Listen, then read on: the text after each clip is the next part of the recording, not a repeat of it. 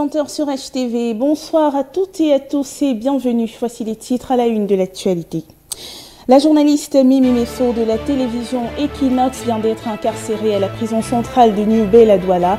Il lui a été reproché d'avoir propagé des nouvelles mettant en mal la sûreté de l'État. Dans cette édition, zoom sur cette affaire qui remplit depuis ce matin les réseaux sociaux. Et puis descente au quartier Biémassi à Yaoundé où les populations depuis plusieurs années font face à la pollution ambiante. Cela est dû à l'écoulement de la matière fécale sur la voie publique. C'est tout pour le sommaire. À tout de suite.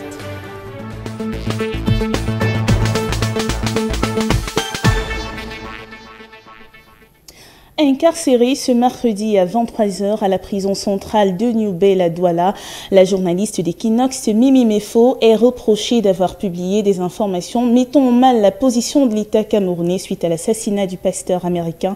Sur cette affaire qui remplit les réseaux sociaux depuis ce matin, voici l'éditorial de Xavier Messi. New Bel à Douala. Avant cela, elle a passé toute la journée d'avant-hier à la gendarmerie de Bonanjo dans la capitale économique du Cameroun, avant d'être déféré en fin de journée, en début de soirée, à la prison de New Bel. On reproche à cette consoeur, qui est chef de desk de langue anglaise à la télévision Equinox, d'avoir diffusé, pas sur cette chaîne de télévision, mais sur son post de Facebook, une information dont elle a justifié la source par son billet, que cette information venait d'une source militaire. De quoi s'agissait-il? Mimi Meffo dit que le pasteur américain Charles Wesco, qui a été tué le 30 octobre à Bambili, dans une localité proche de la ville de Bamenda, que ce pasteur américain avait été tué par des balles qui ne provenaient pas des sécessionnistes, mais plutôt des balles qui provenaient de l'armée camerounaise. C'est une information extrêmement grave, surtout en ce moment-ci, et surtout venant d'une personnalité étrangère qui est en visite de mission dans notre pays. Alors pour ces raisons, Mimi Meffo a été déférée à la prison où elle a passé sa première nuit. Elle va passer certainement la deuxième aujourd'hui. Il s'agit de faits extrêmement graves. Graves à deux niveaux. Graves parce qu'il s'agit de l'incarcération d'une journaliste qui a exercé son métier. Grave parce qu'il s'agit de ce qu'on peut appeler une information extrêmement délicate dans une période où le Cameroun traverse des moments difficiles non seulement avec Boko Haram qu'on subit depuis plusieurs années, mais difficiles aussi parce que la partie anglophone de notre territoire est en pleine ébullition meurtrière. Alors du coup, la journaliste se retrouve là, prise entre deux étaux où elle doit assumer son métier, mais dans des conditions extrêmement délicates. On n'a jamais dit un seul instant que le journaliste était un citoyen au-dessus des lois, au-dessus de tout soupçon. C'est un être humain comme tout le monde, mais quand il faut exercer cette profession qui est extrêmement délicate, dont tout le monde en a besoin, le cadre dans lequel cette profession doit être exercée est un cadre qui est réglementé. Réglementé avec des lois, réglementé avec une déontologie qu'il faut appliquer, réglementé avec l'éthique qu'il faut appliquer. Ce métier qu'il faut appliquer, on le fait aussi face aux autorités politiques et administratives qui ne se sont pas départies jusqu'ici des méthodes d'une autre époque, je dirais d'une époque coloniale, où la répression est le mode le plus utilisé. Alors donc, que l'information soit délicate, personne n'en discute. Que l'information relève de ce qu'on peut appeler un secret militaire, personne n'en discute. Que l'information soit une information que le journaliste a utilisée, mais sans révéler la source, personne n'en discute. Alors, sans donner de leçons à qui que ce soit, on pense que les autorités camerounaises, militaires, politiques et administratives, devraient progressivement s'arrimer à la modernité démocratique. La modernité démocratique, vous voulez quoi? Que les gens s'expriment, qui s'expriment dans le cadre des lois et des règlements que nous avons dans notre pays. Cela dit quoi? Cela veut dire que toute personne est supposée être innocente. Autant le journaliste doit protéger ses sources, autant on doit lui permettre d'avoir recours à toute sa défense.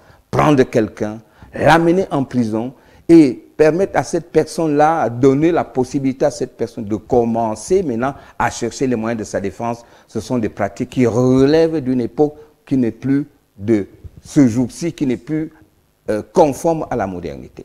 Nous pensons que les pouvoirs publics ont tous les moyens modernes. C'est-à-dire, lorsqu'une information est publiée par un journaliste, si cette information est aussi délicate comme celle qui est attribuée à Mimi Mefo, les pouvoirs publics ont une panoplie de réactions.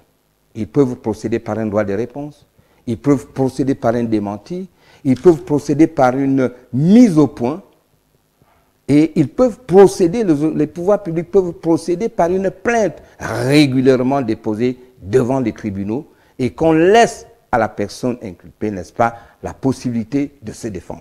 Si elle est confondue devant les lois de la République, il faut que cette personne-là, après avoir utilisé tous les moyens de recours, elle soit condamnée. Cette manière de prendre des gens, de les mettre en prison, de tabasser les journalistes devant les lieux publics comme ce que nous avons vécu à Bafoussam la semaine dernière. On a tabassé encore quelques-uns à Yaoundé. Ce sont des méthodes qu'il faudrait reléguer, n'est-ce pas, au calendrier grec qui ne cadre plus avec la modernité.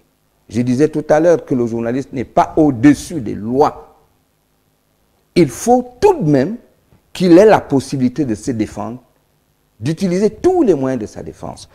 On est de temps en temps surpris de constater que chaque année, le 3 mai de chaque année, le jour de la liberté de la presse, le Cameroun, dont le classement n'est jamais reluisant, se plaint que Reporters sans frontières, avec tous ses acolytes, ne sont pas justes vis-à-vis du Cameroun. Ce sont ces pratiques qui ne s'arriment pas à la modernité, même s'il s'agit des faits les plus graves, qui font que le classement du Cameroun, dans le respect de la liberté de la presse, ce classement n'est jamais de plus reluisant. Et d'année en année, on se dégringole. Je parie qu'avec des faits que nous avons vécus à Bafoussam, avec ce que nous connaissons aujourd'hui en ce qui concerne notre concert Mimi Mefo, ces faits-là ne seront pas de nature à rendre la position du Cameroun agréable dans le classement de Reporters sans frontières. Bonne soirée. Merci à vous, Xavier Messé. Suite donc à l'incarcération de la journaliste Mimi Mefo, nous avons une réaction du SNJC, le syndicat national des journalistes du Cameroun. C'est par la voix de son secrétaire général à la communication, joint depuis Douala par téléphone. C'est avec José Manuel Ilundu. Écoutons-le. Le syndicat national des journalistes du Cameroun constate avec amertume qu'il y a une véritable levée des boucliers sur la presse et il y a un engagement délicat de museler totalement la presse et d'intimider les journalistes. Nous l'avons appris à nos dépens et c'est une situation qui a commencé il y a un peu plus de 2 semaines et avec, on peut dire qu'on a atteint la vitesse de croisée hier avec les déclarations et l'incarcération de Mimi.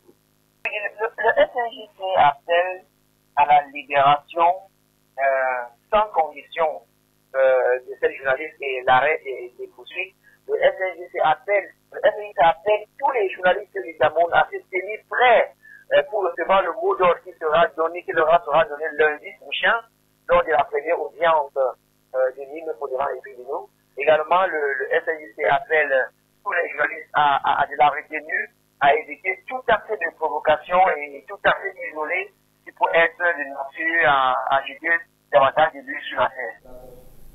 Charles Nga Fongan pour le SNJC. Cependant, les journalistes camerounais sont invités à plus de responsabilités face aux fake news sur les réseaux sociaux. C'était en tout cas l'objet d'un séminaire qui s'est ouvert ce jour à Yaoundé sur le renforcement des capacités des hommes de médias. Voici le compte rendu de la première journée de travail, une signature de Cédric Diongo.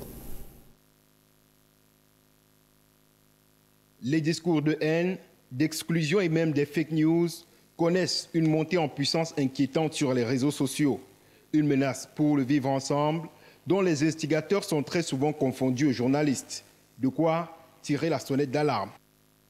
Le phénomène des fake news, premièrement, en distinguant le métier de ceux qui ne sont pas journalistes et dont vous ne pouvez pas empêcher ce que nous appelons les dissent, c'est-à-dire la possibilité de jouer le rôle du journaliste, c'est la nobiliarité par rapport aux ingénieurs, aux administrateurs de sites. En partenariat avec l'Union internationale de la presse francophone, le ministère des Postes et Télécommunications organisait ce jour un séminaire de formation des journalistes camerounais sous le thème « Le journalisme face aux réseaux sociaux, enjeux, défis et contraintes d'une profession à l'ère de la démocratie numérique ». Pendant 2 jours, les hommes de médias échangeront en toute confraternité sur la mise en place d'un écosystème favorable à un usage responsable du numérique. Le challenge des journalistes, c'est de démontrer que leur position est plus noble, de crédibiliser leur métier, parce que l'usager devra toujours savoir qu'un journaliste qui est poursuivi pour avoir précipitamment donné une information est un journaliste humilié. Au sortir de ce séminaire, les hommes de médias devront être en mesure de faire face aux dérives et aux menaces en matière de communication numérique, maîtriser la réglementation y afférente et les enjeux liés à son utilisation, sans faire un trait sur les conditions précaires dans lesquelles évoluent les hommes de médias aujourd'hui.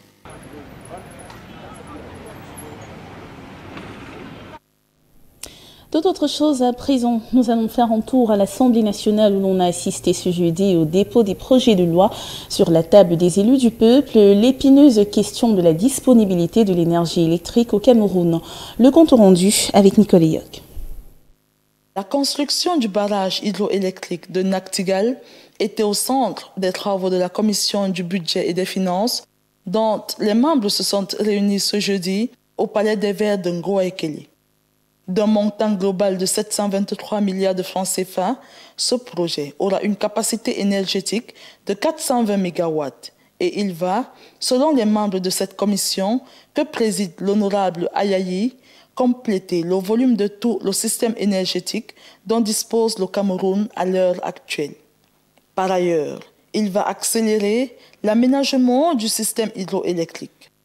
La construction de ce barrage découle d'un partenariat public-privé et sa ratification par les députés va déclencher l'accès au financement extérieur, ainsi que le démarrage effectif des travaux. Il s'agit là d'un projet d'envergure nationale, voire internationale.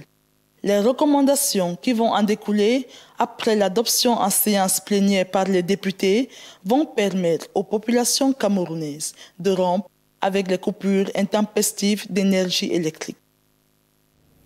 Et pour mieux comprendre les travaux de la Commission du budget et des finances de l'Assemblée nationale, nous écoutons le directeur du budget au ministère des Finances et s'exprime au micro de Nicole Yoc une fois de plus. Pour réaliser Nachtigal, il faut une garantie de 723 milliards.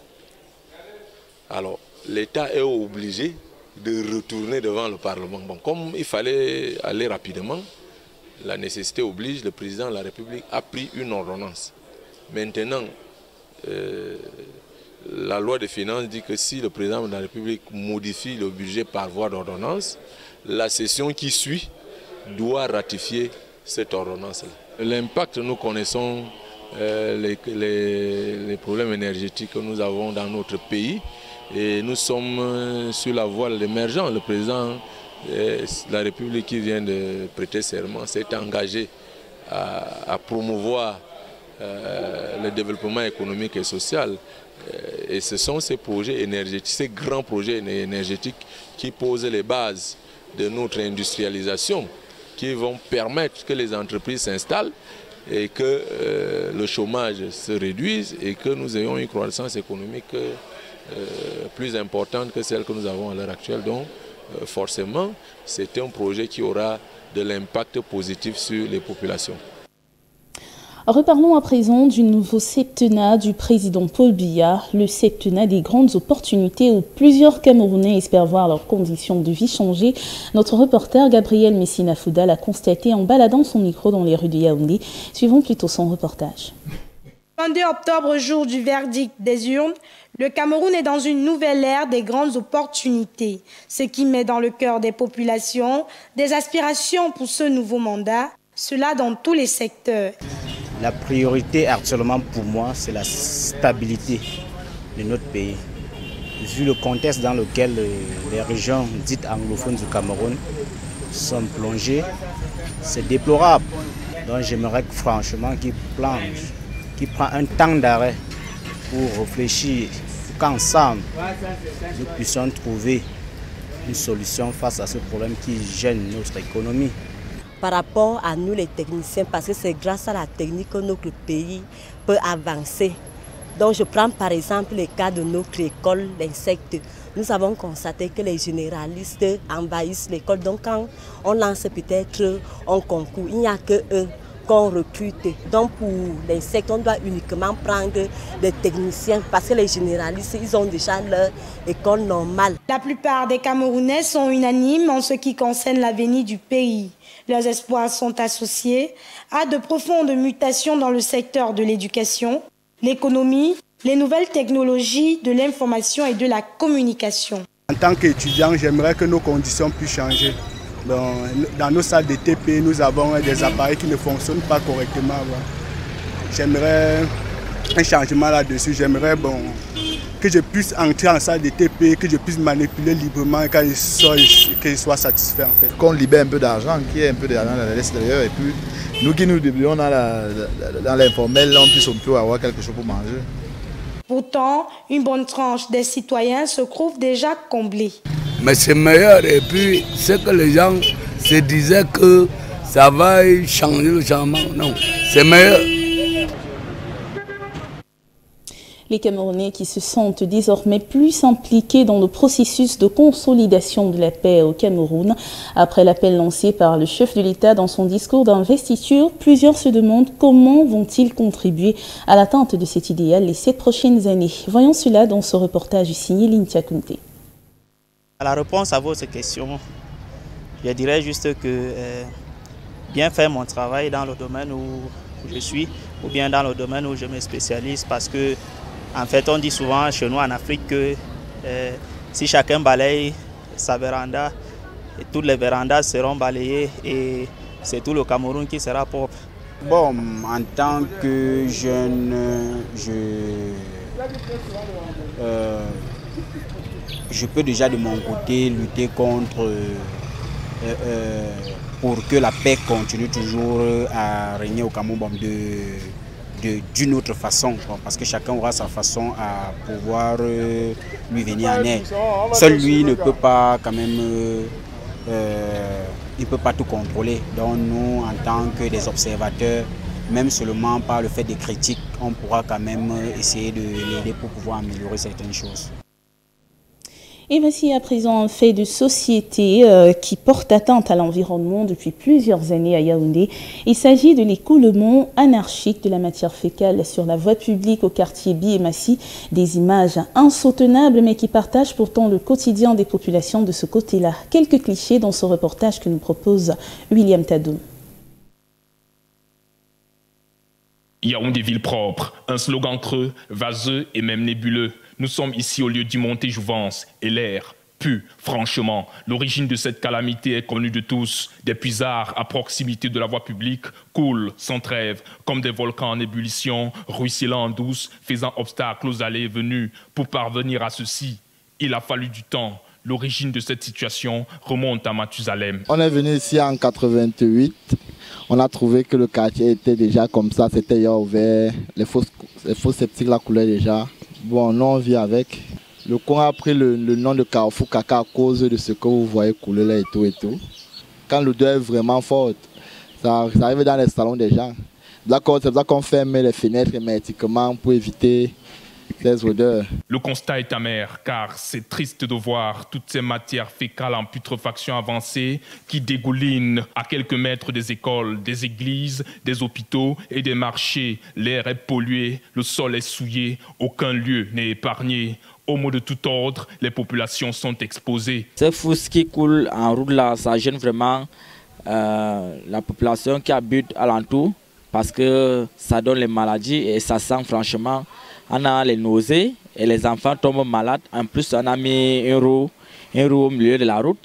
Et ces roues peuvent causer les accidents. Donc, pour moi, ce n'est pas normal. Quand il pleut, ça circule et il y a les maisons qui ne sont pas hautes, ça ancre dans les portails. Ça nous empêche de vivre, ça nous donne des maladies. Vous voyez, c'est ça qui coule, des mouches aux fruits, aux serpillères, aux infections vaginales pour nous les femmes. Donc, vous voulez, on ne peut pas, nous on souffre. Les populations confuses et consternées veulent encore espérer que le pire pourra être évité. J'interpelle même le ministre de la Santé à voir que le choléra, on fait des diarrhées, des vomissements. Nous vivons dans quoi? Dans notre pays, on aime souvent que les gens meurent pour venir en aide avec quelques sacs de riz, mais nous souffrons. Pendant qu'on souffre, sauvez-nous. Nous sommes encore vivants.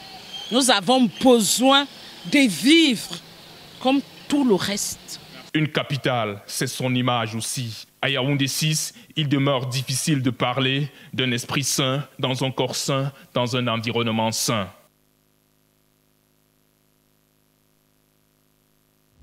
Écoulement de la matière fécale sur la voie publique au quartier Bi-et-Massy, un sujet retenu par la rédaction de HTV. On annonce une enquête dans nos prochaines éditions. À l'étranger, la Banque africaine de développement réunit depuis ce mercredi plusieurs investisseurs, acteurs de développement du continent. Ils réfléchissent sur la question d'une nouvelle politique destinée à booster la croissance dans les prochaines années. Le Premier ministre camerounais Philemon Yan représente le chef de l'État, Paul Biya, à ses travaux. Le reportage est signé Joël Patrick Banet.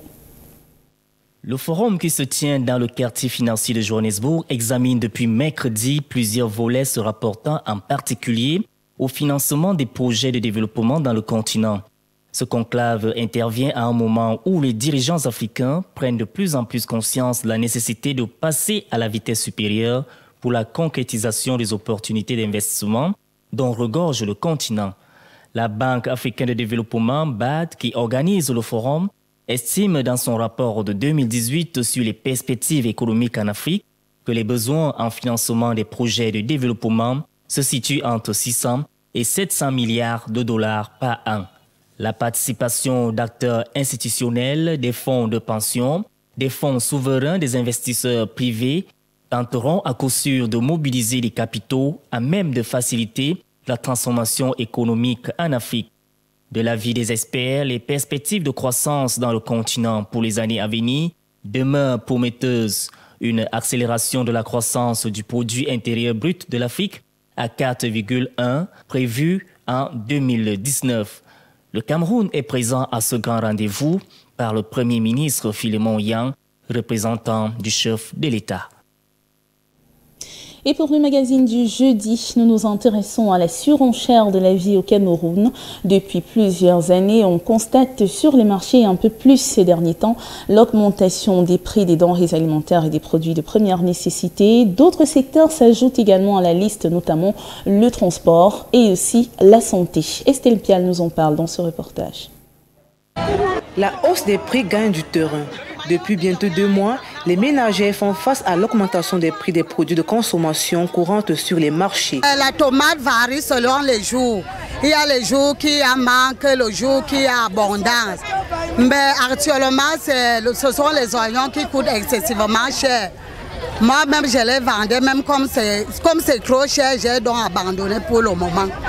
À Yaoundé, les denrées alimentaires les plus consommées telles que la tomate, les oignons, en passant par du poisson, coûtent cher. La tomate au marché, on n'en trouve plus. Puisque la preuve en est que voici la tomate au moins de 500, il n'y en a plus la tomate au marché, donc c'est difficile. La vie est devient de plus en plus difficile. À côté de cette hausse généralisée des prix, l'on observe également la hausse des prix des transports. Les tarifs ont été revus à la hausse. Une mesure qui concerne les transporteurs urbains, mais aussi les transporteurs interurbains. Dans cette agence de voyage, le chef d'agence a refusé de s'exprimer sur la question. Les bus vont et reviennent au rythme des départs et arrivées programmés pour la journée. L'augmentation des coûts des transports n'a pas freiné la fréquence des voyages dans de nombreuses agences de la capitale. Les passagers sont mis en difficulté. C'est cher, puisque c'est cher. Moi-même, 2000 le bagage, 1500, parfois 2000 le bagage, parfois 2500, c'est cher. Voyager, c'est cher, c'est pas facile. Nous ne sommes pas mieux placés pour le tarifaire parce que le client, lui, l'adopte. Notre souci majeur, c'est au niveau du confort et je me dis également, si le prix est déjà jusqu'à un seuil, c'est justement parce que il n'est pas au niveau attendu. Le surenchérissement de la vie est également perceptible dans le domaine de la santé. L'incessante flambée des prix ayant contraint beaucoup de Camerounais à se soigner dans la rue, avec tous les risques que cela comporte. Une situation qui désole les patients et les infirmières désorientés et déboussolés, ne sachant que faire face au caractère onéreux des médicaments. Ce n'est pas vraiment facile. Déjà pour les gens qui viennent se faire soigner, les soins de santé sont devenus très chers maintenant. L'enfant est là-bas, oui, pour l'instant, on est là-bas. Il est couché à l'hôpital. Oui, pour la santé, vraiment, si tu peux vraiment baisser le prix pour la santé. On sera très fiers, très contents même. Face à ce désarroi des citoyens camerounais, l'on est bien tenté de s'interroger sur les origines de cette inflation généralisée. Le 20h se referme sur HTV. Nous vous remercions pour votre aimable attention. Retrouvez-nous sur le site internet www.humanitariantv.com et restez fidèles au programme de votre chère télévision. Je vous retrouve demain 20h précise, s'il plaît à Dieu.